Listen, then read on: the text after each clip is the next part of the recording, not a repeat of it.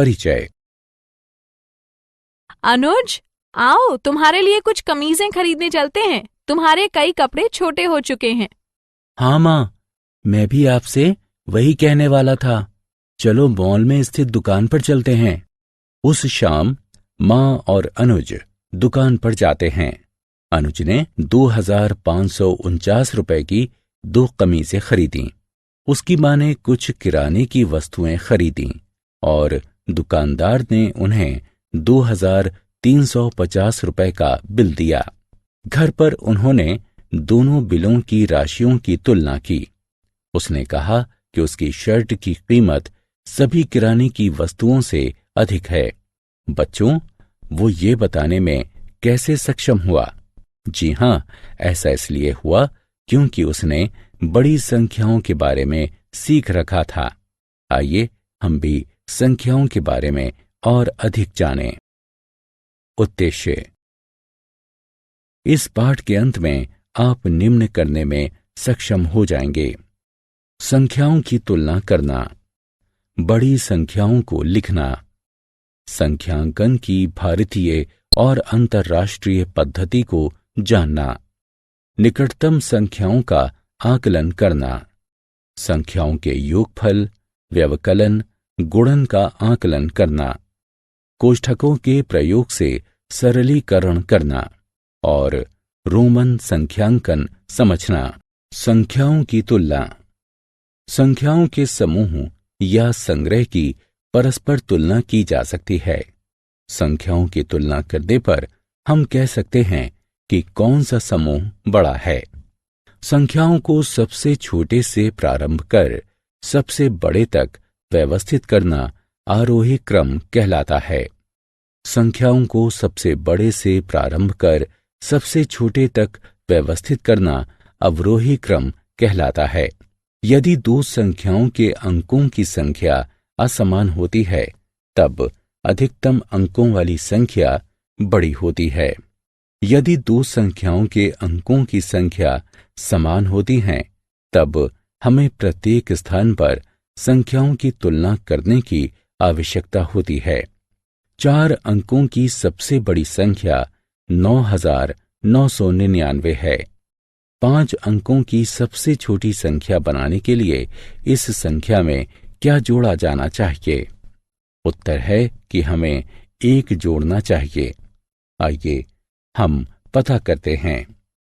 9999 में 1 जोड़ने पर हमें 10,000 प्राप्त होता है, जो कि 5 अंकों की सबसे छोटी संख्या है।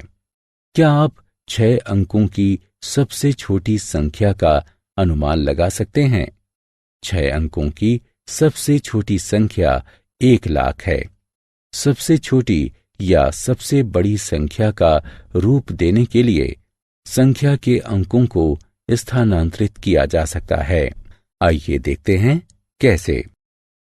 बड़ी संख्याएं लिखना। कभी कभी संख्याएं इतनी बड़ी होती हैं कि उन्हें समझना कठिन हो जाता है। तब संकेतन के प्रयोग द्वारा बड़ी संख्याओं को लिखने एवं पढ़ने में सहायता मिलती है। हमारी दशमलव संख्या पद्धति में 1 अंक का मान संख्या में उसके स्थान या स्थिति पर निर्भर करता है। प्रत्येक स्थान का मान दाहिनी ओर से उसके स्थान का 10 गुना होता है। करोड़ तक इसका विस्तार किया जा सकता है। चार्ट संख्याओं को लिखने एवं पढ़ने में सहायता करता है एवं इसे स्थानीय मान चार्ट कहा जाता है। संख्या पद्धति। संख्यांकन की भारतीय पद्धति में हम इकाई, दहाई, सैकड़ा, हजार एवं तत्पश्चात लाख और करोड़ का उपयोग करते हैं। चलिए करोड़ को दर्शाते हैं। हजार, लाख एवं करोड़ को दर्शाने के लिए कॉमा यानी अल्प विराम का उपयोग किया जाता है। प्रथम अल्प विराम सैकड़े के स्थान यानी दाएं से तीसरे अंक के पश्चात आता है। ये हजार अंकित करता है।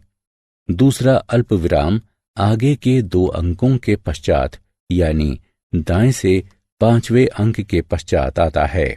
ये 10,000वें स्थान के पश्चात आता है एवं लाख को दर्शाता है। तीसरा अल्प विराम आगे के अन्य 2 अंकों के पश्चात यानी दाएं से 7वां अंक के पश्चात आता है। ये 10 लाख के पश्चात आता है। अंतर्राष्ट्रीय संख्यांकन पद्धति जिसका प्रयोग किया जा रहा है उसमें हमारे पास इकाई, दहाई, सैकड़ा, हजार एवं तत्पश्चात मिलियन है। 1 मिलियन 1,000 का होता है। अल्प विरामों का प्रयोग हजार एवं मिलियन को दर्शाने में किया जाता है। ये दाएं से प्रत्येक तीसरे अंक के पश्चात आता है। प्रथम अल्प विराम 1000 दर्शाता है एवं अगला अल्प विराम मिलियन को दर्शाता है। आइए कुछ बिंदुओं को देखते हैं। 1 करोड़ 100 लाख के बराबर होता है। 1 मिलियन 1000 के बराबर होता है। 10 करोड़ 100 मिलियन के बराबर होता है। 100,000 1 लाख के बराबर होता है। निकटतम संख्याओं तक आकलन। जैसे ही हम बड़ी संख्याओं पर आते हैं उनकी गणना करना जटिल हो जाता है। जटिलता से बचने के लिए हम आकलन या सन्निकटन करते हैं। उदाहरण के लिए 496 विद्यार्थियों वाले एक स्कूल में आप कह सकते हैं कि स्कूल में 500 विद्यार्थी हैं। निकटतम दहाई तक सन्निकट संख्या का तात्पर्य ये पता लगाने से है कि वो किस दहाई के निकटतम है। उदाहरण के लिए 23 का निकटतम सैकड़ा तक 20 के रूप में सन्निकटन कहते हैं। निकटतम सैकड़ा तक सन्निकट संख्या का तात्पर्य ये पता लगाने से है कि वो किस सैकड़ा के निकटतम है। उदाहरण के लिए 423 का निकटतम सैकड़ा तक 400 के रूप में सन्निकटन करते हैं। निकटतम 1000 तक सन्निकट संख्या का तात्पर्य ये पता लगाने से है कि वो किस 1000 के निकटतम है।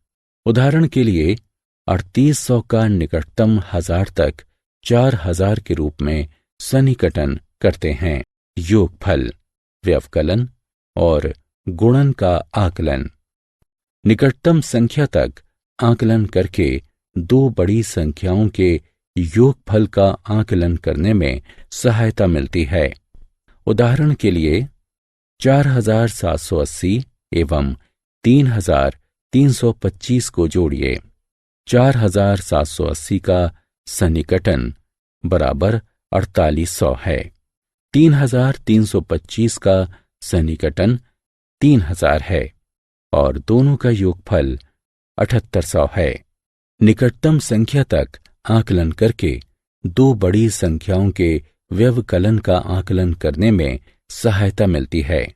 उदाहरण के लिए 29,664 से 22,345 को घटाइए।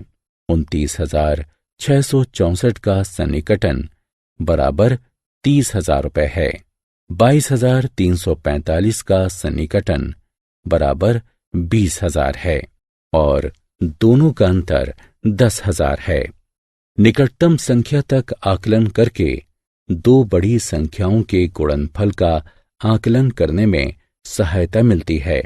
उदाहरण के लिए 33,467 एवं 8,888 का गुणन देखिए। 33,467 का सन्निकटन बराबर 33,000 है।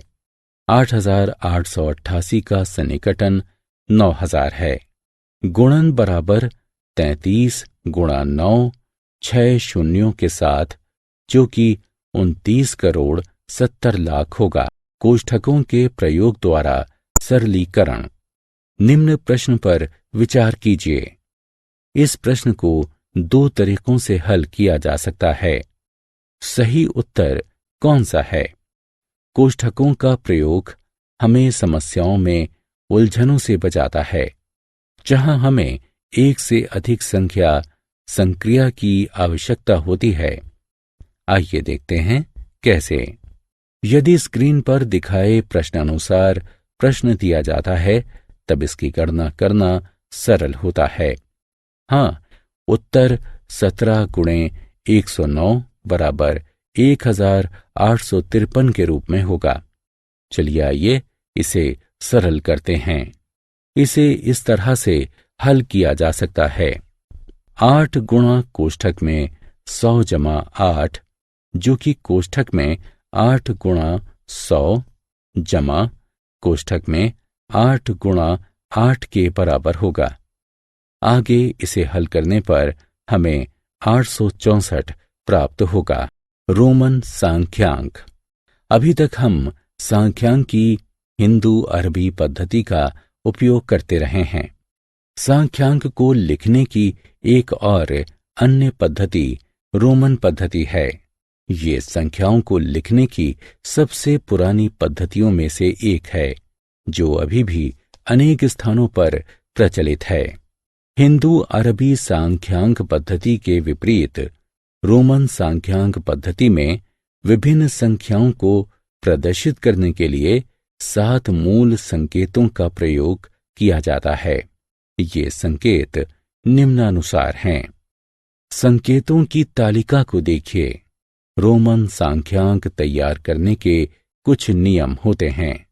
वे नियम हैं: यदि किसी संकेत की पुनरावृत्ति होती है तो उसके मान को जोड़ दिया जाता है। संकेतों I, X, C एवं M की अधिकतम 3 बार पुनरावृत्ति की जा सकती है। संकेतों V, L एवं D की पुनरावृत्ति नहीं की जा सकती है। यदि छोटे मान वाला कोई संकेत एक बड़े मान वाले संकेत के दाईं ओर जाता है तो बड़े मान में छोटे मान को जोड़ दिया जाता है। यदि छोटे मान वाला कोई संकेत एक बड़े मान वाले संकेत के बाईं ओर जाता है तो बड़े मान में से छोटे मान को घटा दिया जाता है। आत्ममूल्यांकन। वक्तव्यों के सामने विकल्पों में से सही उत्तर उठाकर रखिए। सारांश।